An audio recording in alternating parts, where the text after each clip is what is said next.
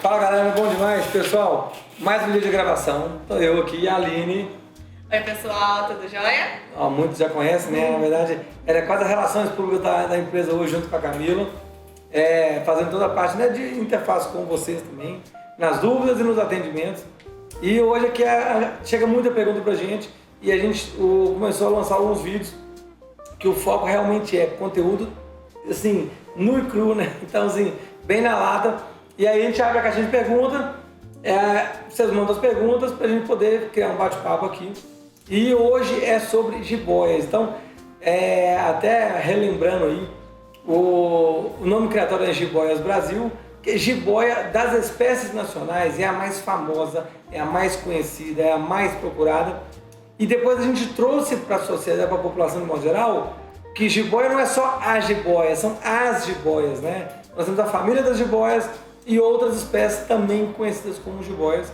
Jiboia vermelha, jiboia de veado, não sei o que, jiboia arco-íris, e aí as suas variedades. O vídeo hoje aqui é só sobre jiboia mesmo, boa constrictor, tá? Então sobre a espécie boa constrictor e suas subespécies, que são as jiboias de modo geral. E aí abrimos uma caixinha de perguntas, então tem algumas perguntas selecionadas aqui para poder fazer esse bate-papo aí. Então vamos lá. Vamos para a primeira pergunta. Thiago, o que é BCC, BCI, BCO, constrictor? Então, olha, até boa pergunta para a gente começar o bate-papo. Espécie é um termo, né, um nome científico que designa espécie, ele é sempre com duas palavras. Boa constrictor é a espécie. E aí nós temos, no caso, algumas subespécies, que aí já seria designado por três palavras. Boa constrictor constrictor, que no popular nosso virou BCC. Tá? Então BCC é a abreviação de boa constrictor constrictor, que é a subespécie de jiboia, fica a maior delas. Né? Então ocorre aí norte da América do Sul, centro-oeste do Brasil e até na Mata Atlântica, no sul da Bahia, Rio de Janeiro ali, beleza? Até o Rio de Janeiro. Então, BCC. BCA é a subespécie que ocorre nas áreas de cerrado, Boa Constrictor amarali, tá? Então é aquele bicho mais marrom, mais cinza, mais preto, bem mais escuro, bicho de áreas abertas. BCC tem uma variação muito grande, como a área de distribuição é muito grande, pegando diferentes biomas, a variação de padrões também é muito grande, tá? BCI, a Boa Constrictor imperator, que é uma subespécie, né? Algumas pessoas já tratam como Boa imperator, mas ainda não é reconhecido como espécie plena, ainda como subespécie. É a mais criada no mundo, tem mais mutações, mais variações. Tá? BCO, Boa Constrictor ocidentalis, que é da Argentina. Num todo, Boa Constrictor tem 11 subespécies que estão em processo de revisão taxonômica. Os pesquisadores juntam e como tem mais tecnologia hoje do que tinha anos atrás, então eles estão fazendo uma análise mais detalhada, análise genética. Então mistura DNA, anatomia, né, a estrutura do corpo do animal, e suas características, a anatomia reprodutiva e também o associado a uma combinação com padrão de coloração e manchas, escamas, tudo. Beleza? Então acho que deu um geralzão aí. Continuando, quais as principais diferenças entre elas? Para se definir uma subespécie tem que ter algumas diferenças.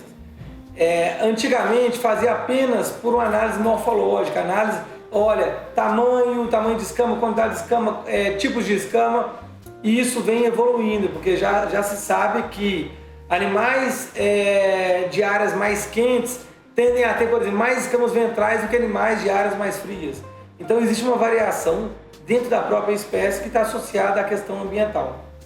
E aí, por isso que está se fazendo essa revisão taxonômica mesmo. Tá? Então, grosseiramente, tinha quantidade de manchas dorsais, manchas caudais, padrão de coloração. Lógico que isso é associado a outras características. No hobby, de modo geral, a gente trabalha muito com a aparência mesmo, a gente sabe o padrão de cada subespécie e assim a gente mantém, né, da forma mais pura possível. A gente não trabalha misturando subespécies em criação no Brasil. A hibridização é crime, apesar de que hibridizar subespécie não entende-se muito como híbrido, mas mesmo assim a gente não trabalha misturando, beleza? Legal. Legal, vamos para a próxima. Qual a maior das 4? A maior, o que tem mais registros mesmo seria a BCC. Desde que eu acompanho, o maior relato de bicho vivo foi 3,80, de um amigo que fez um trabalho em Manaus. E eu tenho um relato do José do Butantan, do animal de 4 metros que eles pegaram na Amazônia, isso nos anos 70, 80, mas nunca mais viram um animal desse tamanho. Então nós estamos contando o recorde, mas na média, aquilo que a gente falou, BCC, macho 2 metros, fêmea 2,6, 2,70. Esse é o normal, tá? Excepcionalmente um animal ou outro foge disso. E qual delas é a menor? E qual o tamanho aproximadamente?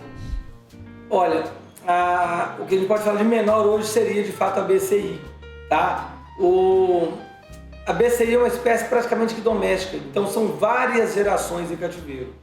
E como são muitas gerações, o que os criatórios selecionaram? Animais precoces que reproduzem mais rápido, reproduzem melhor e com menor tamanho. Então fêmeas grandes não são boas para reprodução, porque elas demoram muito a se recuperar do desgaste da reprodução.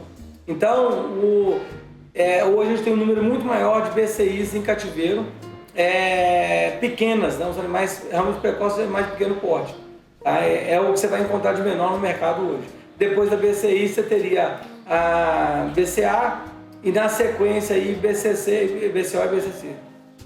Qual o tamanho médio das BCAs adultas de vocês, pensando em macho e fêmea? Macho 1,70m, 1,60m e fêmea de 1,80m a 2,10m. Tá? Raramente vai passar disso. Já vi animais maiores, mas são exceção. Agora a pergunta é sobre uma das queridinhas, que é a BCO. BCO é indicada para o primeiro pet? E qual o tamanho da fêmea? Pessoal, eu já ouvi falar que, por exemplo, BCA é mais temperamental, fulano é mais temperamental. Na prática, a nossa experiência em cativeiro mostra diferente. Mostra que as boas, de um modo geral, qualquer uma boa constrictor, dessa que a gente já falou, todas elas, pegas o filhote bem cuidadas, elas vão ficar mansas.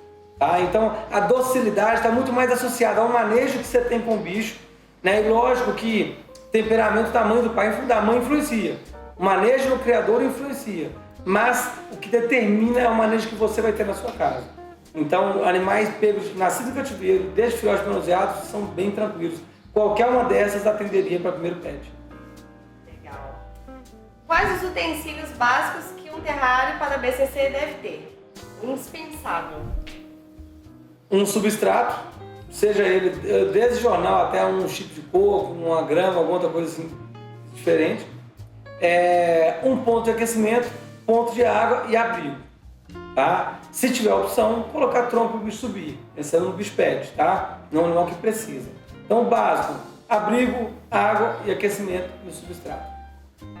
Lembrando que, para demais dúvidas sobre o terrário, consulte o nosso manual de criação disponível gratuitamente no site do Jiboias Brasil e Animais Brasil. Muito bem colocado. Isso aqui, galera, é para a pessoa que às vezes quer uma informação mais rápida e mais mastigada. Então, isso aqui é para ajudar. O detalhado está no manual de criação. Quanto tempo demora para elas chegarem no tamanho máximo?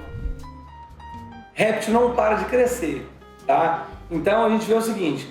Uma jiboia já consolidar mesmo assim, ela vai alcançar uma taxa de crescimento menor com seus 8 a 10 anos. Ela vai estar num tamanho legal e ela começa a crescer bem menos. Qual o tamanho mínimo de terrário para um macho de BCC adulto? Macho de BCC adulto, nós temos no criatório animal de 1,30m, 1,50m até 2 metros.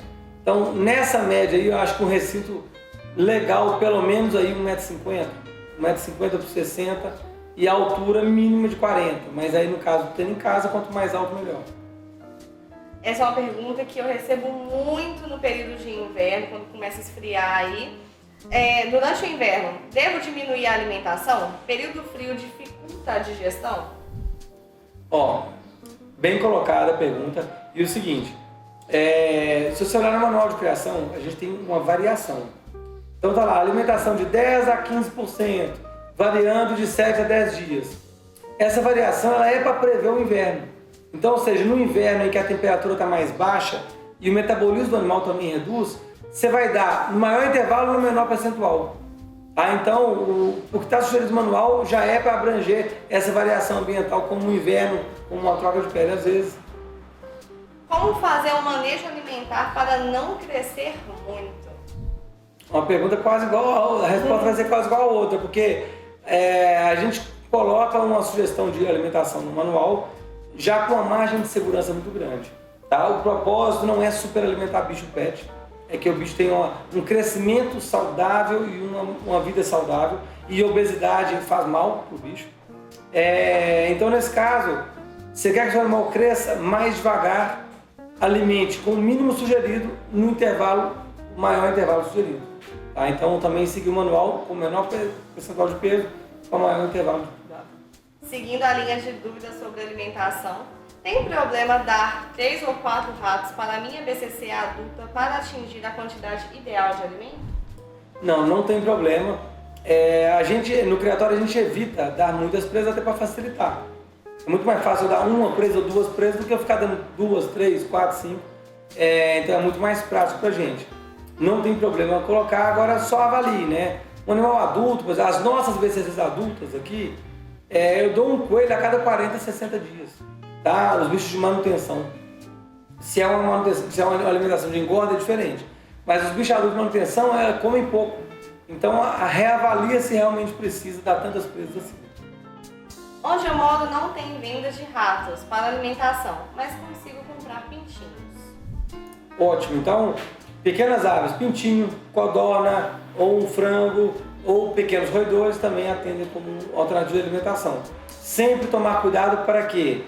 Para a origem do alimento. Então, com relação a verminosos, coisas assim.